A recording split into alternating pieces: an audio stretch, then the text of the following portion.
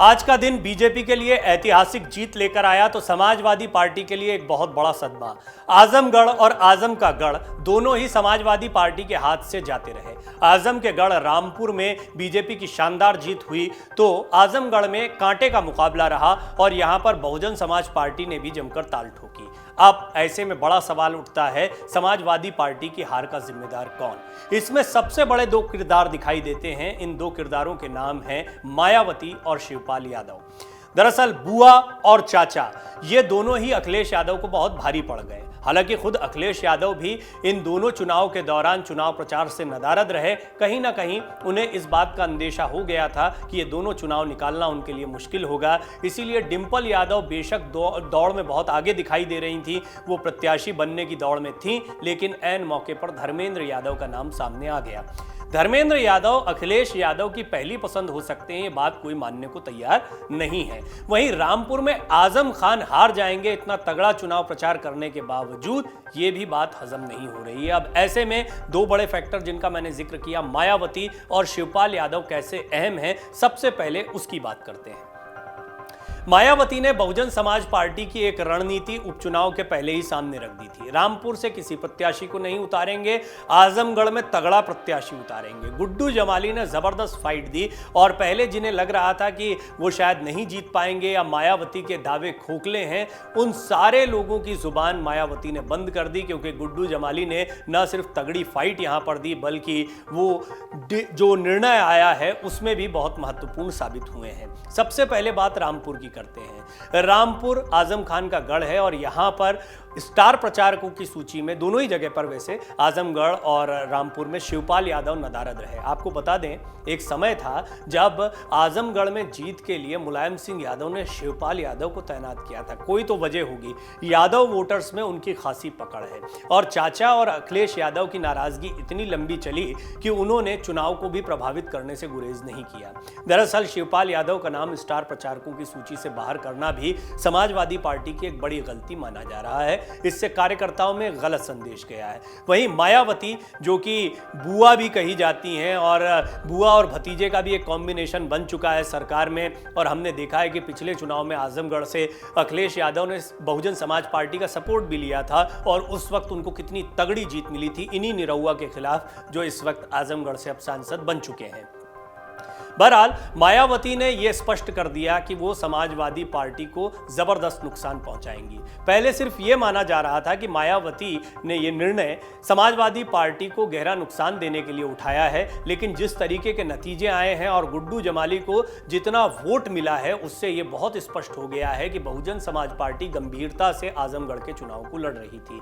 लेकिन वहीं रामपुर में अपना प्रत्याशी नहीं उतारना भी एक रणनीति की ओर इशारा करता है। अमर उजाला ने सबसे पहले आपको ये रिपोर्ट दिखाई थी कि कैसे रामपुर में बीएसपी का प्रत्याशी नहीं उतरना और आजमगढ़ में बीएसपी का प्रत्याशी उतरना, ये दोनों ही चीजें बीजेपी के लिए फायदे का सौदा साबित हो सकती हैं। समाजवादी पार्टी को इस निर्णय से खासा नुकसान हुआ है, क्योंकि रामपुर में यदि बहुजन समाज पार्टी अपने उम्मीदवार को उतारती तब घनश्याम लोधी की जीत शायद इतनी बड़ी नहीं होती, क्योंकि नवाब परिवार का सपोर्ट उन्हें मिला, आजम खान के पुराने कई सहयोगियों का सपोर्ट उन्हें मिला और लोधी समाज और हिंदू वोटों का जो ध्रुवीकरण हो रहा था वो उनके साथ था ही, यानी बीजेपी का इंटैक्ट वोटर। इसीलिए घनश्याम लोधी की ये जीत इतनी बड़ी और इतनी कन्विंसिंग दिखाई देती है।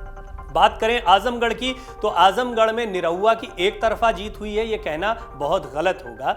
बहुत कांटे का मुकाबला आखिरी समय तक चलता रहा और योगी आदित्यनाथ ने खुद आकर जब यह कहा कि वो आजमगढ़ की जनता का धन्यवाद देते हैं, निरहुआ को बधाई देते हैं, तो इससे स्पष्ट हुआ कि निरहुआ यहां से जीत गए। वरना 8,000 10,000 वोटों की बढ़त उन्होंने बना रखी थी। बीच में एक समय ऐसा भी आया जब धर्मेंद्र यादव भी आगे हो गए थे। कुल मिलाकर इस समीकरण को देखते हुए यह स्पष्टता लगता है कि बहुजन समाज पार्टी ने एक कड़ा नुकसान समाजवादी पार्टी को आजमगढ़ में पहुंचाया है और निरहुआ शायद उतने मजबूत कैंडिडेट साबित नहीं होते बीजेपी की तरफ से यदि गुड्डू जमाली भी मैदान में नहीं होते। ये बात तो बहुत ही स्पष्ट हो गई है, क्योंकि गुड्डू जमाली ने जो वोट बैंक तोड़ा है वो समाजवादी पार्टी का इंटैक्ट वोटर था, जिसमें ज्यादातर मुस्लिम समाज के लोगों का वोट टूटा है, ये माना जा रहा है।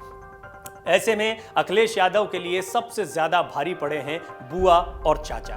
बुआ यानी मायावती, जिन्होंने अब समाजवादी पार्टी के वोट बैंक को अपनी तरफ करने के प्रयास शुरू कर दिए हैं। जो उन्होंने विधानसभा चुनाव नतीजों के बाद ही बात कही थी कि यदि मुस्लिम और दलित मतदाता साथ में मिल जाते हैं तो ये कॉम्बिनेशन बीजेपी के खिलाफ एक मजबूत पार्टी दे सकता है, एक मजबूत नेतृत्व दे सकता है। उनका इशारा इस ओर था कि बहुजन समाज पार्टी के साथ जुड़िए, और मुसलमान इस वक्त ज्यादा भरोसा कर रहे हैं समाजवादी पार्टी पर। यह बात मायावती को उस वक्त समझ में आ रही थी।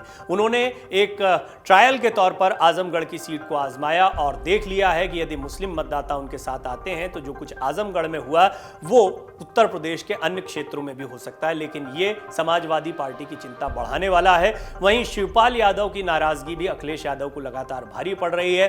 शिवपाल यादव ने पूरे चुनाव के दौरान चुप्पी साधे रखी, वजह बहुत बड़ी थी। आजम खान से उनकी मित्रता है, धर्मेंद्र यादव भी उनके भतीजे हैं और धर्मेंद्र यादव शिवपाल यादव के ज्यादा करीब माने जाते हैं।